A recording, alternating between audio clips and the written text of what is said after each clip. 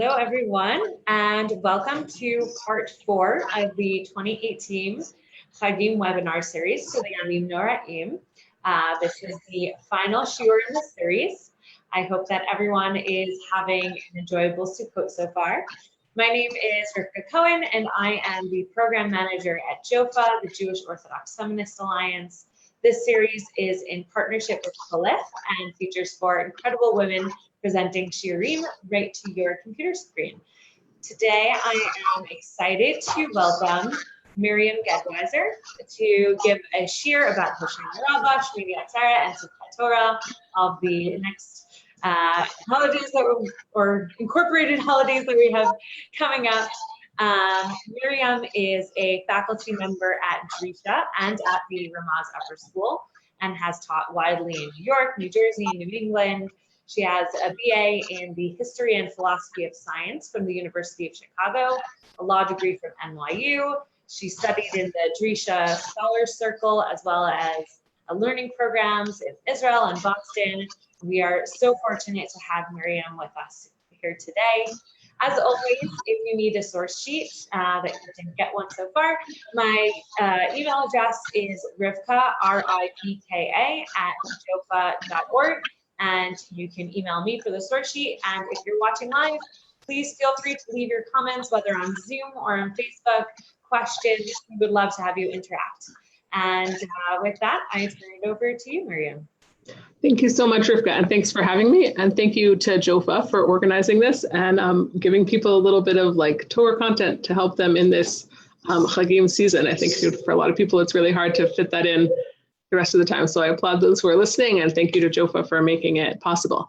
So the title of the shiur, I said something, fear and trembling, something like that, Hoshanah Rabbah to Simchat Torah. It's going to be something like that, maybe a little different. But the basic idea that I want to talk about today is something like, we have this sort of season of holidays, and sometimes it feels like we're kind of on a conveyor belt, and we kind of you get on, maybe Slichos Night, maybe you get an Erev Rosh Hashanah, maybe you get an on Rosh Hashanah, and you kind of just go, and then kind of what day is it? Is it Tuesday? What's going on? And all of a sudden it's Yom Kippur, and then it's Shabbat or Shabbat Shuv, and then it's Yom Kippur, then all of a sudden it's Sukkot, and there's a Shabbos here, and it's a Shabbos, it's a Yom Tov, and we're sort of we're pushed through this process. And we don't always have time to sort of think about what is the process? What's the trajectory? How are all these things connected to each other? So today I wanted to sort of talk about what you might call the 3 best contenders for kind of the end, right? We have, for example, when can you say Tashlich? Let's say you're like me, you forgot to say Tashlich on the first day because it was raining and then it hasn't happened yet. And you're kind of you're down to the wire. When's the last day you can say Tashlich? And someone said to me, oh, you could say it until Simchat Torah, right? Well, no, Shmini Atseret, it's Hoshanah Rabbah. So Hoshanah Rabbah could be the end of some things, but the last holiday, sort of the last food is Simchat Torah, last Sukkot, Shmini Atseret. Why is that? So everything kind of has its own thing. And I want to sort of try and pull out a few themes that both connect them and also come out differently in each. So we're going to start, if you have the source sheet, we're on page 1, source 1. If you don't have the source sheet, that's okay, I guess. And I just also want to say at the outset, all of the translations that are here are from Sefaria. So thank you, Sefaria, for being awesome and having things available. So we're at the Mishnah at the beginning of Masechet Rosh Hashanah. Right, the first Mishnah in Masechet Rosh Hashanah, which is not on your sheet, Mishnah Aleph says, right, there are 4 Roshei Shana, right? Now we say, slightly differently, slightly different times also, it's interesting, right? Ba'arba'a prakim ha'olam nidon, right? The world is judged at 4 times. B'Pesach al Hatvua, on Pesach for crops. Be'atzeret al Perot ha'elan. So Atzeret is the rabbinic word for Shavuot. So on Shavuot for trees, fruit trees, or tree fruits, I guess. Right. So Tuah would be crops that grow up in the ground.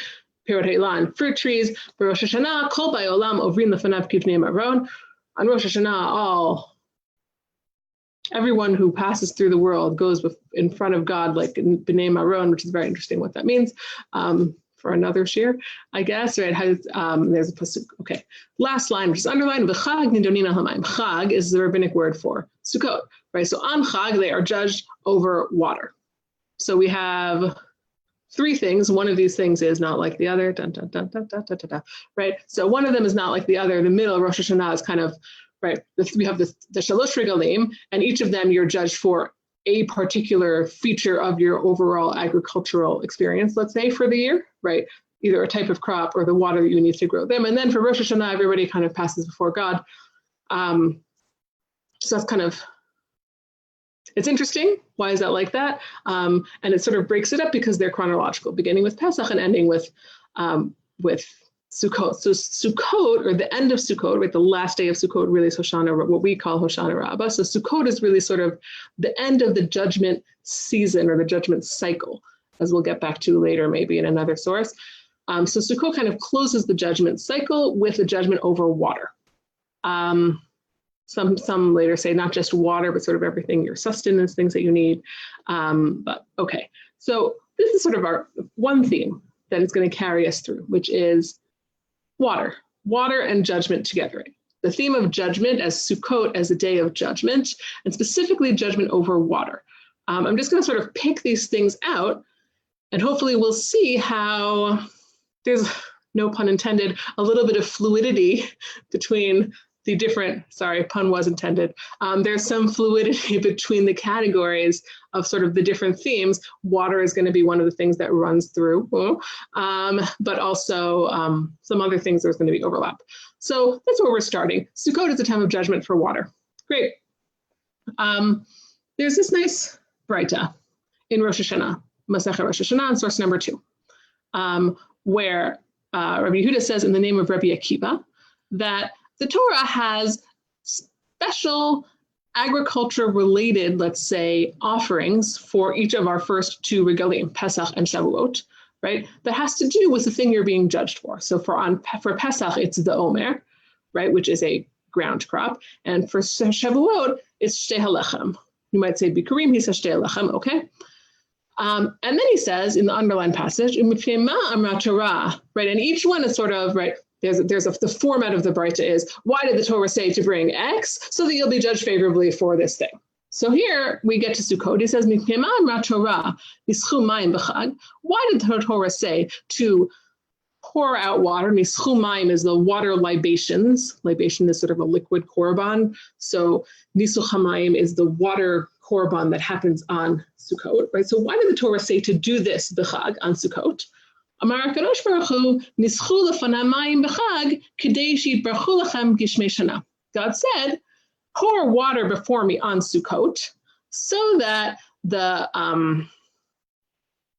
rains of the year will be blessed for you, right? So each thing, right, the thing that you're being judged for, there's a korban that corresponds to it to help make it successful. And the korban for Sukkot is nisuch hamayim. So again, we have the judgment and the water themes being tied together.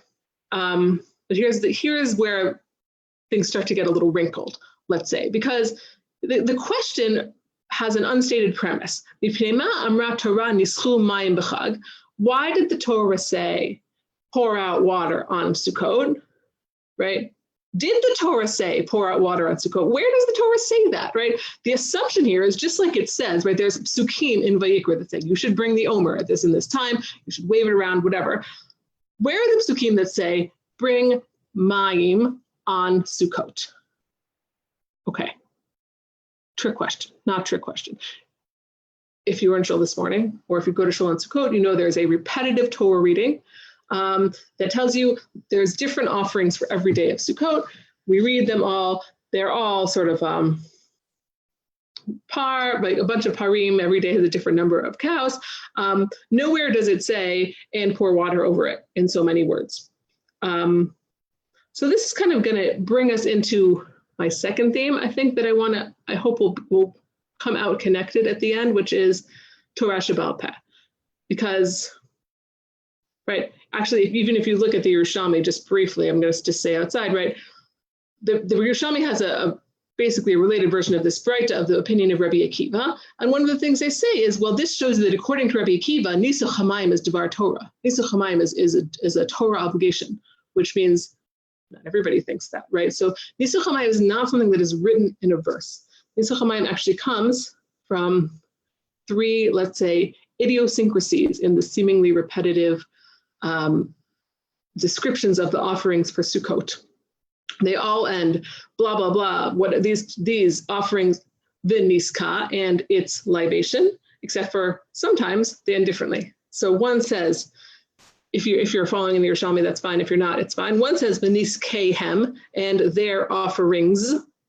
One says u'nisache ha, and its offerings. And another one says v'niskehem, right? There are extra letters. The sort of default v'niska is different in a few places. And it turns out the extra letters are mem, yud, mem, lo and behold, mayim. Okay, this is our source for nisuch hamayim in the Torah, which is not what one might call a slam dunk like a compelling proof if you're not already bought into Rabbi Akiva's system, which is in some ways why the presentation of the Yerushalmi in source 3 is very interesting, because it brings out these letters, mem, yud, mem, and then it says, it goes through how Pesach has its agricultural korban, Shavuot has its agricultural korban, and then it says, emor me'ata, let's say from here, nisuch hamayim b'chag, right? Let's say that we also have water libation so that we can have the water be blessed.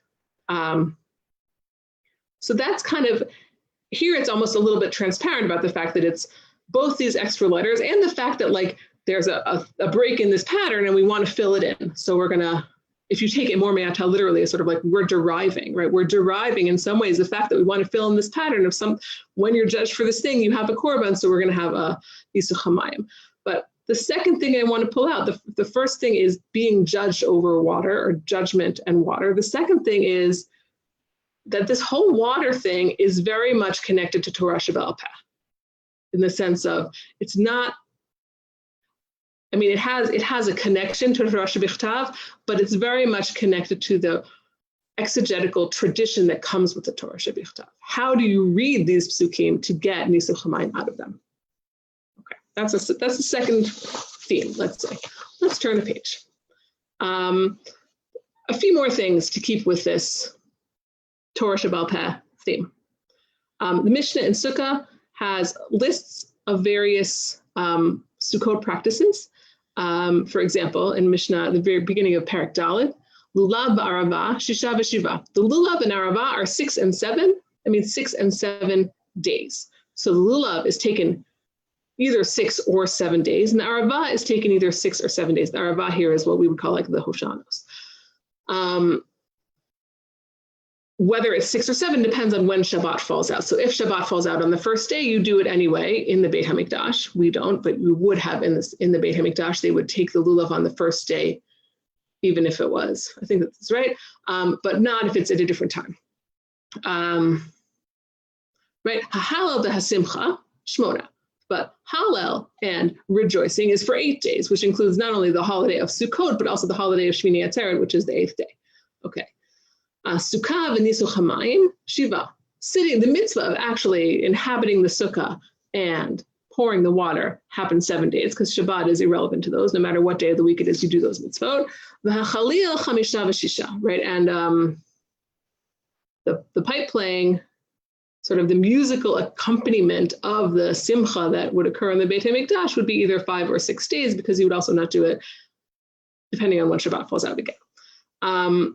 Okay. Bear with me for a minute. Basically, we have a bunch of practices. We have lulav, we have hoshanot, we have hallel, simcha, sitting in a sukkah, nisuch hamayim, and the musical accompaniment. The Mishnah sort of goes on to talk about other things, comes back in the beginning of chapter 5, source number 5, conveniently enough. Hachalil chamisha v'shisha, zehu hachalil shel Beit HaShoeva, right? What music are you talking about? The music of the Beit HaShoeva celebration. What we call Simchas Beit HaShoeva, Simchat Beit HaShoeva. There's sort of the Mishnah depicts this sort of big celebration surrounding the water korban, right? But this celebration in Nadocha lo et Shabbat v'lo ad Yom Tov, right? It doesn't actually push off Shabbat, and then they say anybody who never saw real simcha. So it's actually very interesting. A few things. First of all, notwithstanding the fact that Simchat Beit HaShoeva and all these things do not push off Shabbat, Rabbah, for example, does not push off Shabbat. Our calendar is actually arranged so that, for example, Hoshanah Rabbah never falls on Shabbat. So there's something interesting there, which is that like there's a Torah rule, which is that this is not this our Hoshanah sort of supplications. Let's say you can't do that on Shabbat. But then there's something else in the tradition that kind of sends it in a little different direction, where you can't do that on Shabbat, but we're just going to make sure that we never have that conflict, so we never have to resolve it in favor of Shabbat. Similarly, Arava, right? Not similarly, basically the same idea, right? Arava Shiva Kitzad, right? So what I just said is true in our life, that Hoshanah Rabbah is not Docha Shabbat. In the Mikdash, it is Docha Shabbat. So the Gemara in source 6 says, Arava b'shvi'i, my time adachya Shabbat, right? Why should the Arava on the 7th day push off Shabbat, right? That's the circumstance when you say it all 7 days. Why should it supersede Shabbat, let's say? Amar Rabbi Yochanan, Kedei lefarsama shehi min haTorah, to publicize the fact that it's from the Torah. Which is kind of interesting because, again, it's a sort of self-awareness, just as we saw before. Well, that must mean Rabbi Yehuda says that Nisuch Hamayis min Torah. Saying these things shows that we know not everybody thinks that necessarily. So again, right, we're doing this, it's Dochesh Shabbat to show that it really is from the Torah, but, that means, well, you might be inclined to say it's not from the Torah. So again, right, the whole process of Hoshanot, which is connected both to Simcha and to judgment, exists in part to demonstrate the power of Torah Shebaal Peh, let's say. Okay. One more source on this theme. Source 7. I shouldn't say one more because I'm going to turn the page and then there's going to be more than one more. We'll see. But source number 7, bottom of page 2. Rav Asi said the name of Rabbi Yochanan and the same of Rabbi Nechunya, Ish Bikat Beit Chotan. Fine. Eser Nitiot, there's 3 things, that are halacha l'Moshe Misinai. The last ones are things that we've just discussed, Arava and Nisuch Hamayim, right? The whole process of Hoshanot and the Nisuch Hamayim are halacha l'Moshe Misinai, right? Rabbi Akiva can say all he wants about how it comes from the letters Mem Yud Mem. This is halacha l'Moshe Misinai. Not only is it something that requires an exegetical tradition, it may be something that it requires just a tradition. It's not necessarily even exegesis. So again, these things that become the let's say the paradigmatic or sort of like the emblematic mitzvot of Sukkot in some ways are not the things that the Torah says about Sukkot, or not the things that the Torah says explicitly about Sukkot. There's something about the power of Sukkot that derives from the power of Torah Shebaal Peh, let's say. Okay, well, let's move on.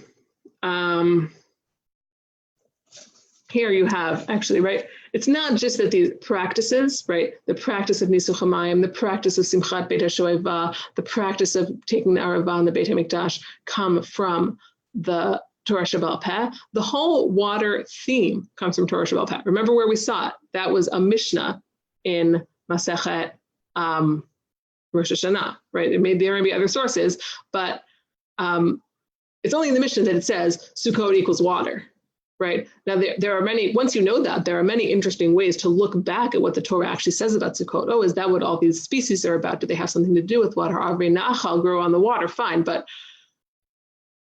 one of the reasons we read it that way is because we have these sources that tell us to. So this, the source number 8 is Miriam Gedwiser, which I believe is a commentary of the Netziv on the Gemara, where he says, Be'emet, Ashalo Shaninu B'chag Nidunin Hamayim. Right, he's talking in Tanit. Tanit is all about how to bring rain, right? Masechet Tanit, or what to do if there is no rain.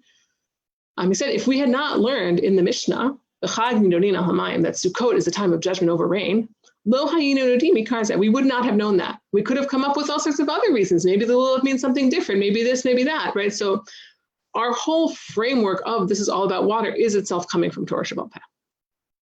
It's very interesting. Here's our third theme, which we've already kind of met a few times, but here it comes out a little more clearly. So here's a Rabbeinu Bachya, it's a medieval commentary on the Chumash, among other things, quoting a midrash, which I was not zocha to find in the original midrash, but let's say that it exists, or if it doesn't, it exists in his authority. Why? So one of the things that Sukkot is identified with is simcha, right? Simchat Torah, happiness, v'samachta b'chagecha is sort of a Sukkot thing in some ways.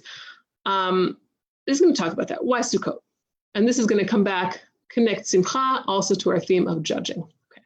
Why did the Torah not say on Pesach to celebrate or be happy or be joyous or however you want to translate the mitzvah of simcha?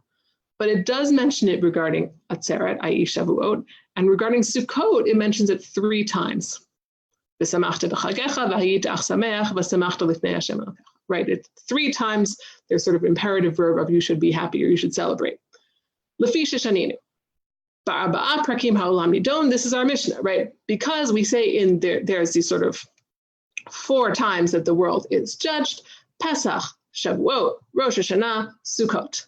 Sukkot al Hamayim, as we saw at the very, very beginning. Pesach Yom Hadin. Pesach is the day of judgment.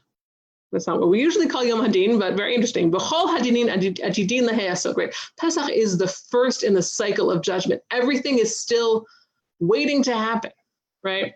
Lakach lo nizkar bo simcha klal. So it's not a day that you can really let loose, let's say. Aval b'atzeret shekvar avar din echad, right? But by the time you get to Shavuot, you're moving along in the process. So maybe you feel a little more relaxed. So you can have 1 simcha. By the time you get to Sukkot, it's all over. So then you can really have simcha. That's his quote of the Midrash. So that's what I sort of want to say our third theme, which is a little bit intentional with the first. We have din connected to water. We have Torah Shebaal Peh connected to many water-related rituals. And now we have Simcha, which, as we saw before, is also connected to water in some way. And Simcha is shown as sort of a little bit the opposite of din, right? Judgment and Simcha and rejoicing don't necessarily go together. But, right, because we're sort of at the end of the judgment period, even though we're still in it, it can be a time of exceptional Simcha. Okay. Let's skip number 10, though it's interesting. Let's look at, I want to try and kind of see if we can pull these things together a little bit. That's sort of the plan. So source number 11, you have a quote from the Rokeach, which is a sort of early medieval Ashkenazi Rishon. Let's say it's a book organized around the practices of the year, Sefer Minhagim, let's say, right? So in Hilchot Sukkot, he says, he's talking about how, in general, if you make a neder to bring something to the Beit HaMikdash, you have a cycle of 3 Yamim Tovim to bring it back, to actually do it. Meaning if you say, like, I'm going to bring that beautiful sheep as a korban, and you say that in May, it's before Shavuot, you should bring it on Shavuot. But if you don't bring it on Shavuot, you can bring it on Sukkot, right? But if you want to wait until next Shavuot, that's not good.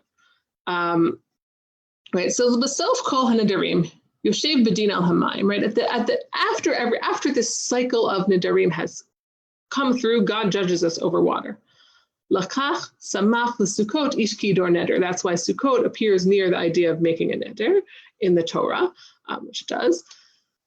Interesting aside, right? The whole idea of nidarim is also very central to this time of year. We have kol nidre, we have hatarat nidarim.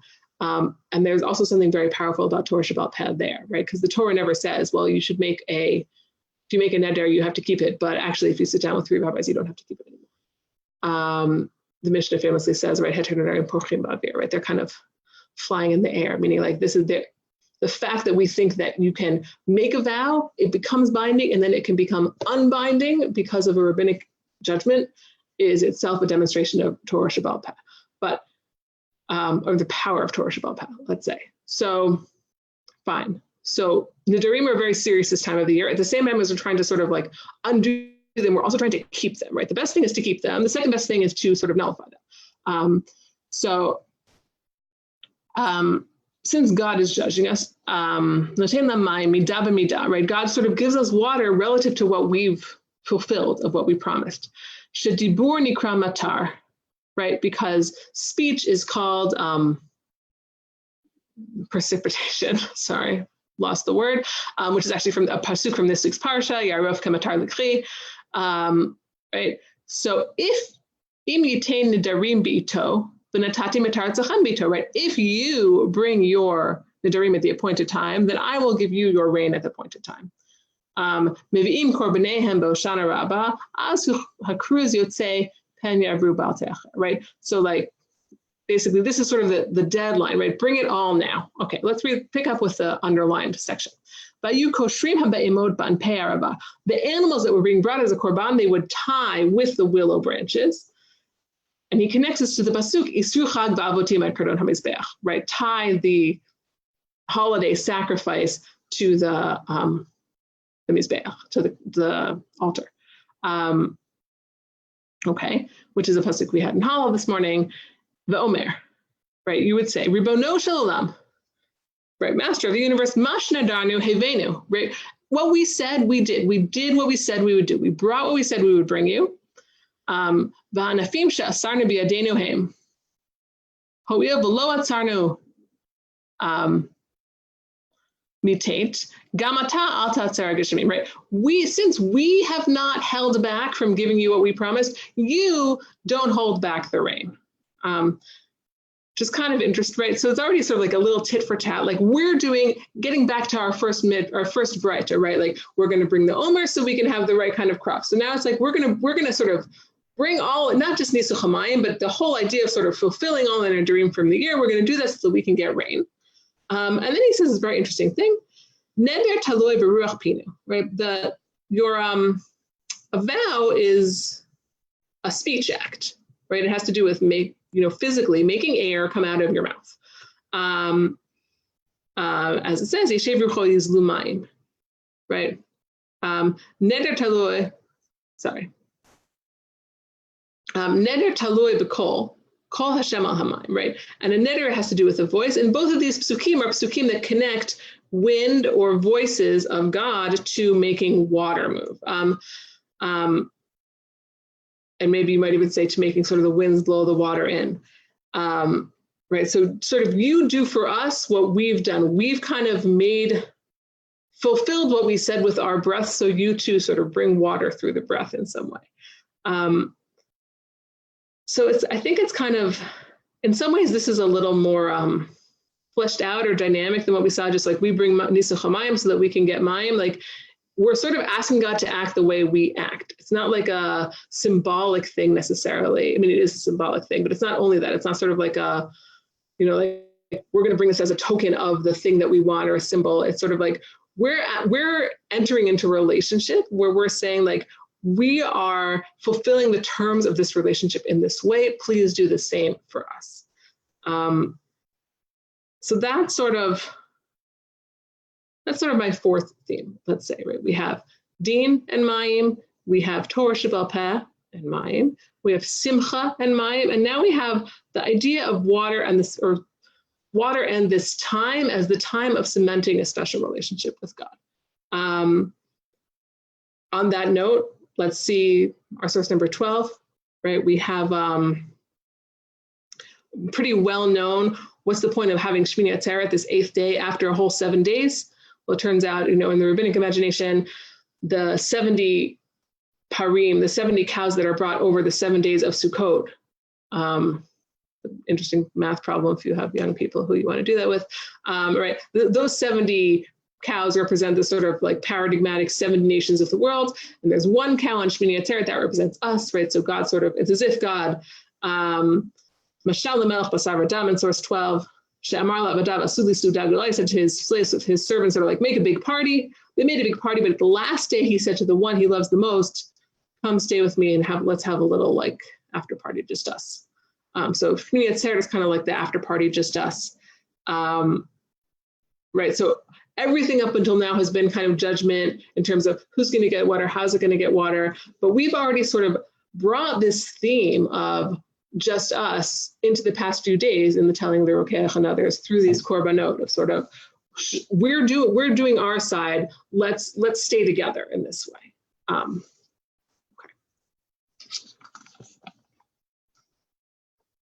So I'm going to skip. I'm going to skip ahead to this. So that I'm going to skip ahead to the Rambam, the underlined portion of the Rambam in source on page number 5, source number 14.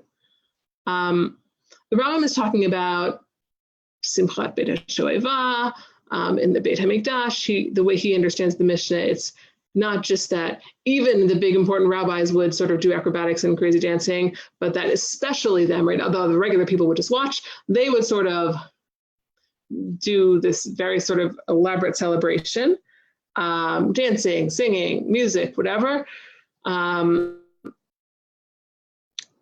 Okay. And then he says in Halachat Tedvav in the middle of the page, right? You shouldn't think that you're better than that, right? He gives the example of David HaMelech, who sort of famously danced before the Aron when it was coming back to the Jews after being lost, right? And his wife, Michal, said like, oh, that's so beneath you. And he answered her somewhat harshly, right? But the idea that sort of, right,